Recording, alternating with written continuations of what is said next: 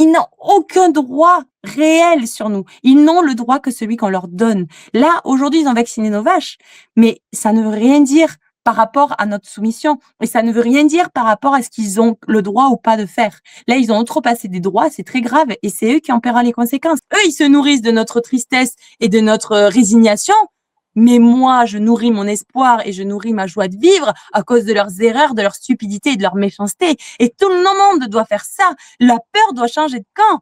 Nous, on doit reprendre les rênes de notre vie et basta, en fait. Bonjour à toutes et à tous et bienvenue sur notre chaîne. Je vous rappelle que le magazine Nexus est avant tout un magazine papier, sans pub ni subvention, et que grâce à vous, lecteurs et abonnés, nous pouvons vous proposer des contenus vidéo en accès libre comme nous le faisons très souvent. Je ne vais pas vous donner immédiatement l'identité de la personne que nous allons interviewer aujourd'hui, je vais vous donner quelques indices. Alors si je vous parle de l'Ariège, si je vous dis qu'elle est agricultrice et restauratrice, qu'elle élève des bovins, si je vous dis qu'elle n'a pas la langue dans sa poche, qu'elle ose résister face aux autorités, qu'elle est créative, qu'elle a un compagnon qui s'appelle Manu. Il s'agit de... Ah, si vous regardez que les médias mainstream, je pense que vous ne saurez pas qui c'est, mais sinon, elle commence à être connue. Kyria, oui, Kyria et Manu qui vient de passer un petit moment en garde à vue. Kyria va nous expliquer pourquoi. Bienvenue Kyria. Bienvenue, merci beaucoup. Alors, ces derniers jours ont été mouvementés. Ceux qui te suivent sur les réseaux ont pu le constater. Mais avant vraiment de nous axer sur ces derniers jours, ce serait bien pour ceux qui ne connaissent pas ton histoire et celle de ton compagnon Manu, que tu nous résumes un petit peu ton parcours, ce qui s'est passé ces derniers mois et jusqu'à ce que ça en arrive à ce qui s'est passé il y a quelques jours là. Alors, très rapidement, nous, avec Manu, on s'est installé en agriculture parce qu'on s'est demandé comment on pouvait changer le monde et on s'est dit que l'agriculture était quand même le premier maillon de toute la chaîne de toutes nos sociétés depuis l'histoire de l'humanité. Et donc, du coup, on s'est installé corps et âme en agriculture. On n'a jamais voulu tomber dans les griffes de l'agro-industrie. Donc, du coup, ça a été très difficile pour nous financièrement. Donc, on a eu l'idée folle de créer un restaurant fermier pour pouvoir valoriser chacune de nos productions. Parce qu'on fait plein de petites productions. On a un modèle fermier comme celui de nos anciens parce qu'on part du principe que la meilleure éducation, c'est l'exemple. Donc, on voulait vraiment montrer cet exemple-là. Sauf que actuellement, il y a quand même une machine à détruire la paysannerie et à détruire les fermes comme ça, et on est tombé sous le joug de cette machinerie, quoi, tout simplement, avec notamment la DNC qui s'est passée à Mouriscou, l'abattage des 200 vaches où tout le monde a su. J'étais déjà dessus. Et en fait, après, ils nous ont donné leur solution miracle, la vaccination. Sauf que des vaccins miracles, il n'y a pas à en avoir, vu que la DNC ne tue pas les vaches, n'a aucune conséquence sur l'être humain. Et en fait, c'est quand même assez perturbant parce que la DNC, on ne sait pas comment elle est arrivée, on ne sait pas comment elle s'est déplacée. Enfin bon, on a des milliers de questions qui restent sans réponse. Donc, nous, on a obstinément refusé cette vaccination. Il y a eu des vaccinations forcées sur de nombreuses fermes avant nous. Et là, en fait, nous, il y a eu une vaccination forcée, sauf que elle n'est rentrée dans vraiment aucun cadre légal. Et c'est vraiment là où on appuie notre discours, en fait, parce que chez nous, on n'a pas du tout été avertis. Ça a été complètement une action de force complète, hein, presque quelque chose de militaire, quoi. Ça s'est passé avant 6 heures du matin. Donc, en fait, les interventions des forces de l'ordre ne peuvent pas sur la population être faites avant 6 heures du matin, à part du coup pour le terrorisme. Donc là, on est vraiment assimilés terroristes pour avoir juste notre seul tort, vouloir nourrir la population en sachant ce qu'on leur donne à manger. Donc, on est vraiment dans quelque chose complètement de lunaire, d'extraordinaire. Et en fait, on va quand même pas continuer enfin, on va continuer dans la lutte et on va continuer à parler parce que finalement, au final, je pense que c'est plutôt ce qui dérange. Notre force avec Manu, c'est que on a beaucoup de visibilité de par notre travail, hein. Tous les jours, on poste parce que beaucoup nous disent, oui, comment ça se fait que vous, et il y a beaucoup de jalousie par rapport au fait que nous, on soit connus plus que les autres. Mais en fait, c'est un travail énorme de poster tous les jours sur les réseaux, d'expliquer tous les jours, de montrer et puis même d'être soutenu par la paysannerie de toute la France parce que justement, on dénonce, on dit et on Et on met la lumière, en fait, sur cette destruction programmée de l'agriculture française, quoi, depuis la Seconde Guerre mondiale. Mmh.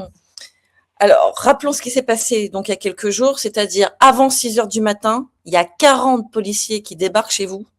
Pour faire vraiment l'historique complet, parce que moi, quand j'ai fait ma vidéo, j'avais que ma version, j'avais pas la version de Manu, vu qu'il était parti en garde à vue, parce qu'il y a eu aussi Manu qui est parti en garde à vue. Donc, ce qui s'est passé, moi, j'étais déjà debout, à 5h30, j'étais debout, hein, paysannerie oblige. Donc, du coup, à 5h moins le quart, j'entends du grabuge dehors. Mais, tu sais, très discret. Il y avait pas les gyrophares, il y avait rien du tout, c'était des voitures banalisées. Et là, je vois plein de voitures arriver et des flics en tenue qui sortent. Donc là, je vais réveiller Manu, enfin, je vais lever Manu. Je dis, là, je crois qu'on a un gros problème. On sort, donc je sors de la maison. Il y a un flic d'ailleurs qui rentre chez nous, hein, sans autorisation, mais pas beaucoup, tu vois. J'entends la porte s'ouvrir, j'entends dire, eh oh, il y a quelqu'un, et refermer. Mais bon, déjà, rien que ça, grosse faute. T'as pas le droit, et encore moins avant 6h du matin, parce que là, je rappelle, il était 6h moins le quart. Donc je sors et je me retrouve donc du coup avec une dizaine de flics tout autour de chez moi et la sous-préfète qui s'installe sur ma table de jardin et qui en plus me dit mais non mais ça va, on a le droit d'être là parce que c'est communal. Sauf que ce qu'elle ne sait pas, c'est que c'est absolument pas communal. Là où elle était elle, tous les flics étaient sur le communal, mais là où elle était elle, c'est pas communal. Donc il y a eu infraction. Ensuite, elle nous sort du coup le jugement la décision de vaccination d'office et le juge des libertés qui dit que les gens ont le droit de rentrer sur notre ferme. Avant 6h du matin, c'est illégal, je le reprécise. Donc de là, moi je dis, ben je veux avoir accès à mon avocate, sauf que bien sûr, mon avocate ne peut pas répondre à 6h du matin. Donc elle s'en fiche complètement, elle continue et elle est très sûre d'elle en disant si la vaccination va se faire. Et en fait, ce qui se passe, c'est que moi, je fais genre que je suis absolument dépitée, je fais un câlin à Manu et je lui dis, écoute Manu, va vite voir les vaches. Qu'est-ce qui se passe avec nos vaches? Parce qu'en fait, là, on ne sait pas. Il y a 10 flics qui sont ici, la sous-préfète, mais on ne sait pas ce qui se passe. Et en fait, les gendarmes ne laissent absolument pas laisser Manu passer. Enfin, ils veulent pas que Manu parte. Et Manu dit, prétexte le fait que les truies sont en train de mettre bas, ce qui est vrai. D'ailleurs, ils se ridiculisent totalement parce qu'ils disent, les truies, on les entendra si elles mettent bas. Quelle bande d'imbéciles, parce que non, quand on connaît un minimum le vivant, on sait que quand les femelles mettent bas, c'est bien le moment où elles font le moins de bruit, parce qu'elles sont en situation de faiblesse et qu'elles vont pas dire à tous les prédateurs, ouh, je suis en train d'accoucher, venez me bouffer, quoi. Donc, non. Donc, Manu prend ses seaux et part voir les cochonnes, qui d'ailleurs, tout allait bien, heureusement, mais du coup, en fait, prend là, à ce moment-là, et court. On connaît un petit peu notre terrain et on est agriculteur, donc on a quand même un peu le physique pour. Hein. Donc du coup, Manu court pour voir en fait ce qui est en train de se passer à ses vaches. Et là, il les appelle. Les vaches arrivent systématiquement quand Manu appelle les vaches. Et là, on les entend beugler. Enfin, Manu les entend beugler, comme jamais on les entend beugler, et elles n'arrivent pas. Donc il commence à s'inquiéter, il commence à arriver, mais sauf que les autres gendarmes qui étaient en haut voient que Manu est là, et même ils ont eu le rapport que Manu s'est enfui, quoi. Et là, du coup, quelle est sa surprise en voyant qu'en fait, il y a entre 25 et 30 flics qui sont là-haut et qui sont déjà en train de pratiquer la vaccination. Donc, rendez-vous compte, ça fait au moins depuis 5h30 que les types sont sur nos terres en train de vacciner de force. En pleine nuit, on a les images, la sous-préfète est avec la frontale. Donc, on est sur quelque chose de très grave. Donc, ils ont vacciné. On ne sait pas comment ils ont vacciné. S'ils ont vacciné au fusil ou s'ils ont vacciné au contact. Mais ça m'étonnerait qu'ils aient eu le toupet de vacciner au contact parce que nos vaches, ils les connaissent pas. Il y en a certaines qui sont agressives. Donc, on imagine, mais on n'a pas confirmation qu'ils les ont vaccinés au fusil. On n'a aucune preuve, mais on se dit ça. Sauf que en pleine nuit, ça s'appelle du braconnage. Pointer un fusil, quel qu'il soit, en pleine nuit, ça s'appelle du braconnage. Et donc, ça veut dire qu'au moins à 5h30 du matin, ils sont rentrés sur nos terres, allés voir les vaches. Et en fait, pendant que l'autre, la sous-préfète était en train de nous faire signer comme quoi ils avaient le droit de rentrer chez nous, ils étaient déjà chez nous. Avant 6h du matin. Mais est-ce que vous vous rendez compte? Là, on est pire que des terroristes, en fait. C'est un truc de dingue. Il y a rien qui va dans cette histoire. Et donc, Manu, du coup, ils essayent de l'attraper. Bien sûr, ces péloques, ils n'y arrivent pas parce que Manu a quand même une condition physique vraiment très importante jusqu'à ce que, en fait, Manu se laisse plus ou moins prendre pour qu'en fait, il se passe quelque chose parce que sinon, il allait rien se passer. Donc, il a foncé dans le tas pour aller voir ses bêtes et là, il s'est fait amener en garde à vue. Moi, pendant ce temps, j'étais en bas, donc vous voyez un petit peu, on était vraiment sur 2 camps opposés. Moi, j'étais en bas et les policiers m'interdisaient absolument de passer où que ce soit et j'étais avec 3 gendarmes attitrés avec moi partout où j'allais. J'ai réussi à les semer 2-3 fois, mais ils m'ont très vite rattrapé. Ils étaient 15, ils étaient 3 sur moi vraiment et 15 ailleurs. Donc, j'ai réussi à les semer 2-3 fois, mais c'était très compliqué. Donc, je me suis blessée, mais rien à voir avec les gendarmes. C'est moi qui ai attrapé un rosier pour en descendant ou un barbelé, je sais pas trop. J'ai eu en même temps des épines, je sais pas trop, mais en tout cas, voilà, j'ai été blessée. Et Manu aussi a été blessée pendant la garde à vue. Et ensuite, il y a d'autres irrégularités, c'est-à-dire qu'on n'a aucun procès-verbal de vaccination, donc on ne sait pas avec quoi les vaches ont été vaccinées, on ne sait pas qui a vacciné, on ne sait pas quel vaccin a été administré et on ne sait pas quelle vache a été vaccinée. Complètement illégal. Mais tout est une illégalité totale. Donc, quand la sous-préfète dit c'est la loi française, madame, c'est la loi française, mais la loi française s'applique à qui? Et c'est là où, en fait, il y a où il peut y avoir des graves conséquences parce que, en fait, la loi française, elle est là pour qui? Elle est pour le peuple ou elle est pour les institutions qui veulent nous soumettre? Parce que là, on est vraiment dans quelque chose où elle nous ressort continuellement que c'est la loi française, alors elle ne respecte absolument rien, mais zéro, rien du tout de la loi française. Pareil, il y a eu un faux témoignage parce qu'elle a dit que je refusais de signer alors que j'attendais mon avocate. Je n'ai jamais refusé de signer. Et ensuite, pour la garde à vue de Manu, on n'a pas non plus de papier de sortie de garde à vue. Donc, on ne sait pas pourquoi il a été amené en garde à vue et comment il a été sorti et qu'est-ce que le procureur, du coup, en a décidé. Donc là, on est sur une garde à vue abusive, sur quelque chose où on ne sait pas. Parce que en même temps, se faire embarquer alors qu'on va sur nos terres, c'est un peu compliqué. Alors au début, ils ont dit que c'était parce que c'était une obstruction à la vaccination et aux ordres des gendarmes, sauf que la vaccination était déjà faite. Donc ça ne tient pas. Donc il y a vraiment une garde à vue abusive. Donc il y a tout qui va pas.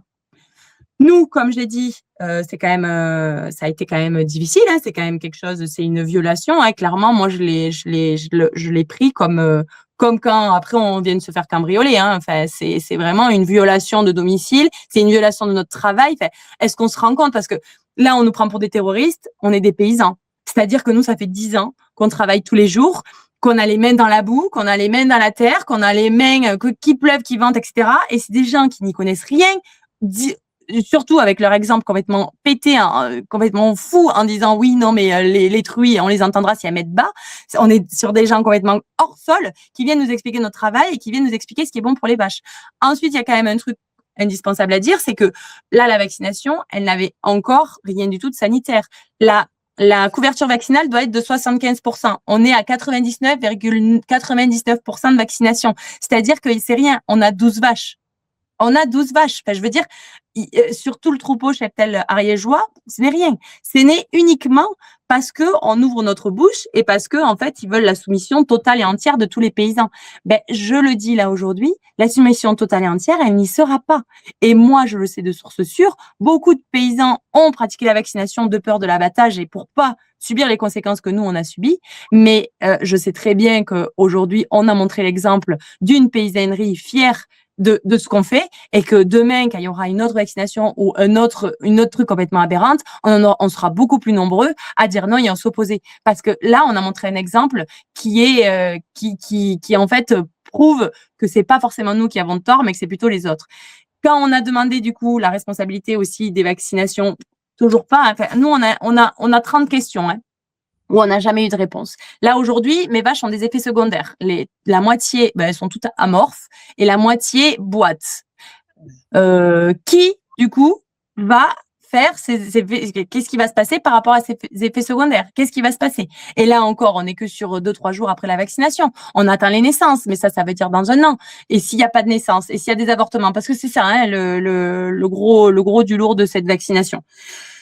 Ben, voilà, il y a autant de questions restées sans réponse ou finalement on n'a pas besoin vraiment de les avoir les réponses parce que c'est plutôt des questions rhétoriques. On les a les réponses de pourquoi ils font ça, de pourquoi on n'utilise pas l'immunité naturelle. Il faut savoir quand même que d'une région à l'autre de France, il y a des obligations vaccinales et il y a des interdictions vaccinales. Ça, les gens ne l'ont pas trop en tête parce qu'il y en a beaucoup qui me disent mais pourquoi tu le fais pas ou quoi? Si j'étais mon troupeau était ailleurs, j'aurais interdiction vaccinale. Ok, donc pourquoi sur un vaccin soi-disant sûr et efficace et parfait et génial, pourquoi il y en a qui ont obligation vaccinale soumission, gendarmes, 40 gendarmes, etc. Enfin, vous vous rendez compte de l'action qui a été menée contre nous, hein, deux pauvres paysans, hein, parce que dans la maison, on était mon mari, moi, ma mère, 75 ans, et nos deux enfants et nos deux neveux. Enfin, je vais dire, lunaire le truc. Je sais pas combien ça a coûté pour nous, pour 12 vaches, mais c'est... en vrai, moi, je suis assez fière, hein, je pèse dans le game, hein, franchement, 40 gendarmes pour nous deux, ça fait 20 gendarmes par personne. Bravo, hein, bravo. Moi, c'est plutôt avec fierté que je vois ça parce que je me dis, mais en fait, on les fait vraiment flipper là-haut. Là, ils n'ont pas montré une démonstration de force, ils ont montré une démonstration de peur, qu'ils ont peur de la dissidence et qu'ils ont peur de ceux qui se révoltent et qui disent non. Donc, finalement, moi, je le vois plus comme une fierté. Il y en a beaucoup qui nous ont apporté beaucoup de leur soutien, mais ceux qui m'ont fait le plus plaisir, c'est ceux qui nous ont dit félicitations. Félicitations de rester droit, de rester fier, de rester humble aussi, parce qu'on pourrait aussi prendre la grosse tête, et de rester qui nous sommes et de continuer quand même, malgré tous toutes les manières possibles qu'ils ont fait et qu'ils nous ont donné pour nous faire peur. Parce qu'en fait, on n'a pas peur et on n'a vraiment aucune peur. Là, on a eu certes 40 gendarmes à la maison, mais quoi? Ils ont quoi à nous reprocher? Moi, je m'étais dit que certainement ils allaient faire une perquisition. Mais qu'ils fassent une perquisition, qu'est-ce qu'on a à cacher? Ils vont trouver quoi? Des assiettes, des meubles, des enfants et des chaussettes. Enfin, je veux dire, on n'a rien à se reprocher. Et c'est bien ça la différence entre ces gens-là et nous-mêmes, parce que nous, on n'a rien à se reprocher. On est absolument transparent avec tout ce qu'on fait.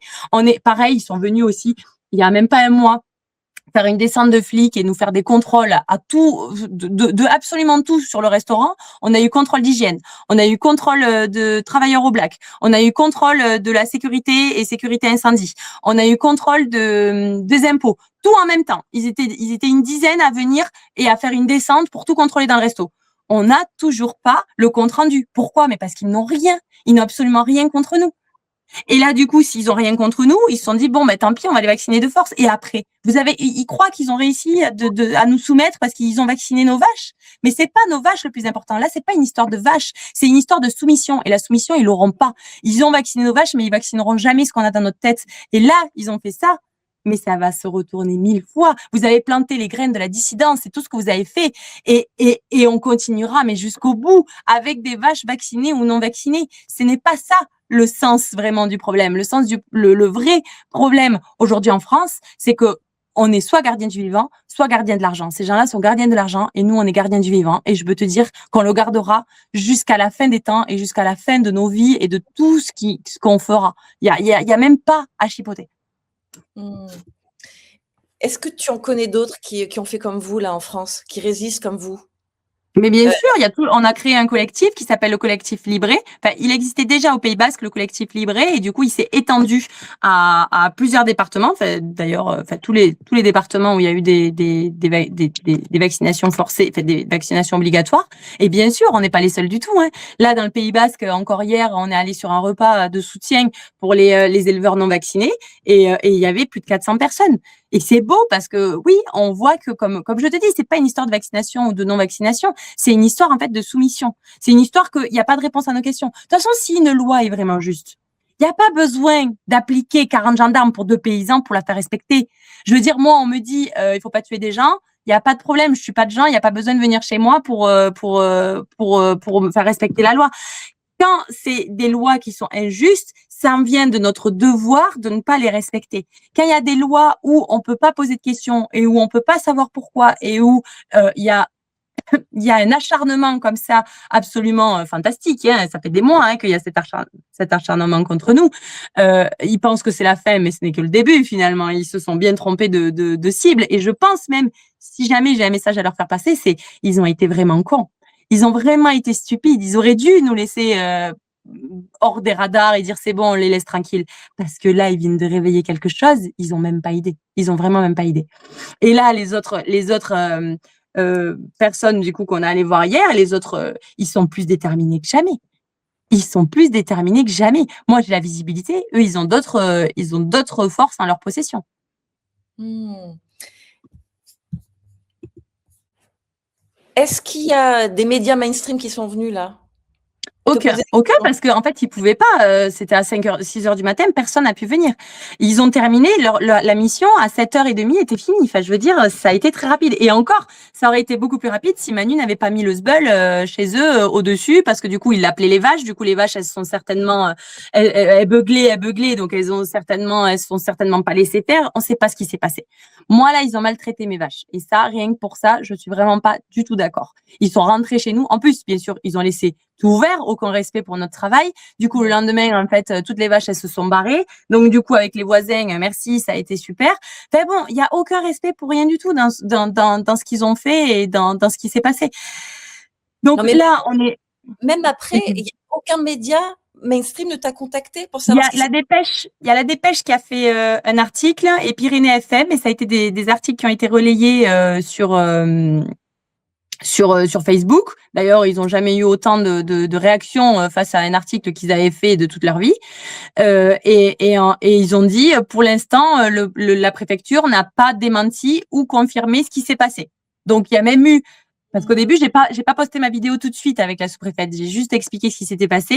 Et il y a plein de gens qui ont dit non, mais c'est faux, n'importe quoi, elle raconte encore n'importe quoi, nani, nana. Bon, là, maintenant, moi, j'ai des preuves, heureusement, qu'on a pu filmer. Et ça, c'était vraiment ce dont il ne voulait absolument pas. Manu n'a pas pu filmer en haut et moi, j'ai pas pu filmer ensuite parce que vraiment, on était dans le feu de l'action et on n'était que nous, donc c'était très compliqué.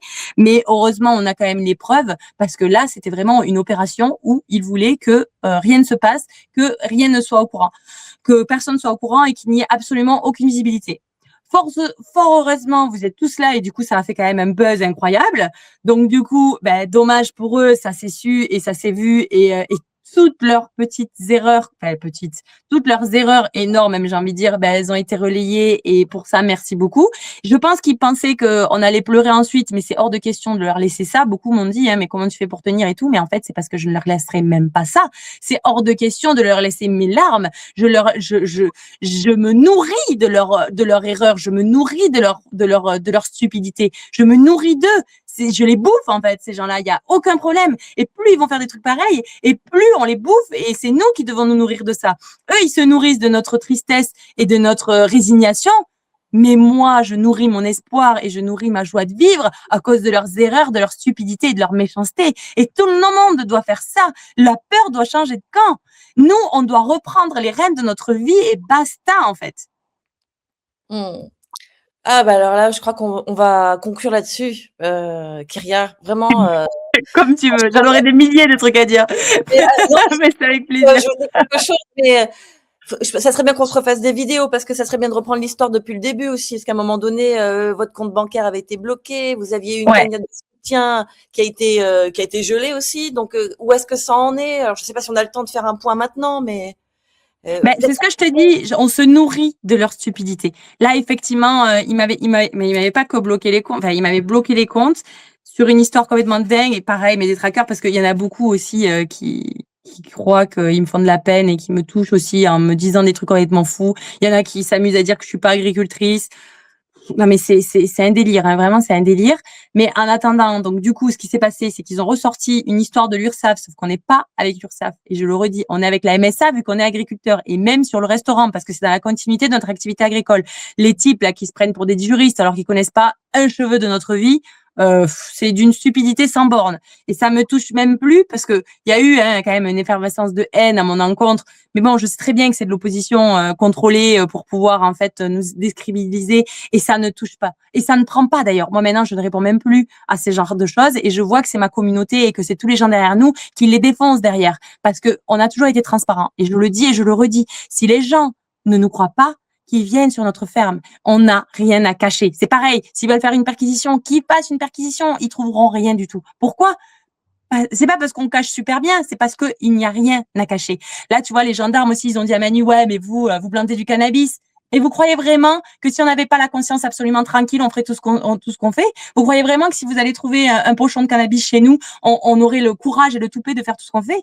Mais on n'a même pas ça. On doit être certainement les seuls les restaurateurs qui buvons le moins de toute la France entière. On boit pas, on fume pas, on prend aucune drogue. Peut-être Manu dans sa jeunesse de 3 juin, mais là c'est terminé. Mais depuis qu'on est ensemble, depuis 10 ans, ils n'ont absolument rien à nous reprocher. La seule chose qu'on fait, c'est de vouloir nourrir les gens avec des aliments sains et en respectant la terre. Et c'est ça qui les énerve au plus haut point, parce qu'en fait, on est dans une justesse et on est dans une justice que eux n'ont pas.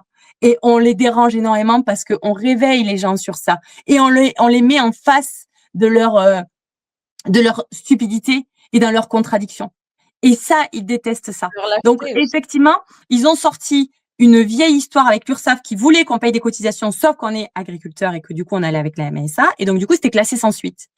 Et quand on s'est opposé à la vaccination chez Christelle et que ça avait fait aussi un tollé pas possible, ils se sont dit, bon, ben, elle, on va la faire taire. Donc, hop, on bloque ses comptes en disant que elle nous doit 5 000 €. Sauf que nous, c'était dans une période vraiment très compliquée parce que la saison n'avait pas encore commencé, on n'avait pas encore de fonds et en fait, on a des employés, donc il faut les payer.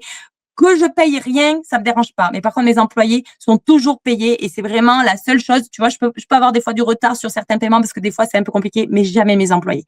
C'est ma règle d'or depuis le début qu'on a une équipe et c'est vraiment celle qui ne démordra jamais. Même si nous on ne doit pas manger, les employés seront toujours payés parce qu'ils font un travail formidable et je tiens à le dire, c'est aussi grâce à eux qu'aujourd'hui on peut avoir la possibilité d'ouvrir notre gueule parce que on sait que derrière ça gère et qu'il y a tout ça qui roule quoi. Donc du coup, ils ont sorti ça et en plus, on avait fait une cagnotte contre la vaccination en fait où on avait le droit de gagner un tableau que j'avais fait qui n'avait une valeur que symbolique. Et en fait, ils ont dit que c'était un jeu d'argent donc ils ont bloqué la cagnotte. Mais attends, ils ont pas que bloqué la cagnotte, ils ont saisi l'argent pour rembourser la dette française. Donc en gros, ils ont volé aux gens qui ont participer à la cagnotte et ils ont surtout volé ensuite aux agriculteurs à qui la cagnotte était destinée. Parce que nous, on a une association qui donne en fait 1 000 € à chaque agriculteur qui est en difficulté. D'ailleurs, si vous voulez donner, c'est avec grand plaisir parce que notre visibilité n'a de sens que si elle aide les autres et on aide tous les paysans en difficulté qui nous en fait la demande tant qu'il y a de l'argent sur le compte de l'association. Donc, cet argent-là était pour l'association de Gaïa et donc donné. Donc, il y avait 50 000 €, donc 50 agriculteurs potentiellement aidés. Et la cagnotte a été saisie. Et en plus, nos comptes bloqués. Donc vraiment financièrement, la mort administrative, quoi. Donc, comme je t'ai dit, je me nourris de leur méchanceté.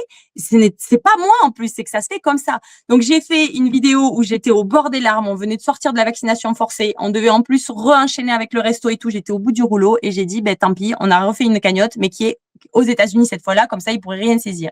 Et cette cagnotte, en une semaine, elle a fait 300 000 €. Je les bouffe, je te dis, je les bouffe. Ils nous font du mal, ça se retourne contre eux et ça se retourne pour nous. Et il faut que les gens changent de mentalité. Ce n'est plus eux qui ont les rênes, c'est nous, le peuple. Voilà. Il faut plus avoir peur de ces gens-là. Ils peuvent m'enfermer. Je l'ai dit plusieurs fois. Ils peuvent m'enfermer. Ils peuvent même m'envoyer en prison. Ils peuvent nous mettre des amendes que j'en ai rien à faire. Parce que je resterai digne et je resterai droite dans mes bottes. Parce que la seule chose là qu'on a aujourd'hui, c'est de sauver le vivant. Et quand je dis le vivant, c'est pas que la planète, c'est notre humanité. C'est notre humanité, c'est tous les soignants qui ont été suspendus, c'est toutes les injustices, c'est tous les pompiers qu'on a matraqués, c'est tous les artisans qui ferment, c'est tous les enseignants qui essayent d'enseigner, qui font ça avec le cœur et qui se font tout le temps piétiner. C'est tout le vivant en entier, c'est toutes les personnes qui font avec le cœur. Et aujourd'hui, c'est les gardiens du vivant contre les gardiens de l'argent. Vous voulez être dans les gardiens de l'argent, eh bien, on se mettra toujours à l'opposé de vous. Sauf que moi, ça fait 10 ans que je suis agricultrice. Je connais comment la nature se défend et les règles immuables à la nature. C'est pas compliqué. Quand il y a un déséquilibrage dans la nature, l'équilibre se refait tout le temps. Mais absolument tout le temps. Cet équilibre se refera. Avec ou sans dégâts, ça j'en sais rien. Et dans la nature, d'ailleurs, parfois, c'est avec dégâts. On est d'accord. Mais en tout cas, le rééquilibrage se fera. Donc, que ce soit avec ou sans vous, ça se fera. Alors, autant que ce soit avec vous, chacun de vous, et que chacun se déclare gardien du vivant pour, en fait, être ces gardiens qu'on a besoin aujourd'hui et ces petits guerriers de lumière. J'ai pas envie de dire guerre parce que c'est même pas une guerre vu qu'ils ont déjà perdu. Ce n'est même pas une guerre, c'est un rééquilibrage.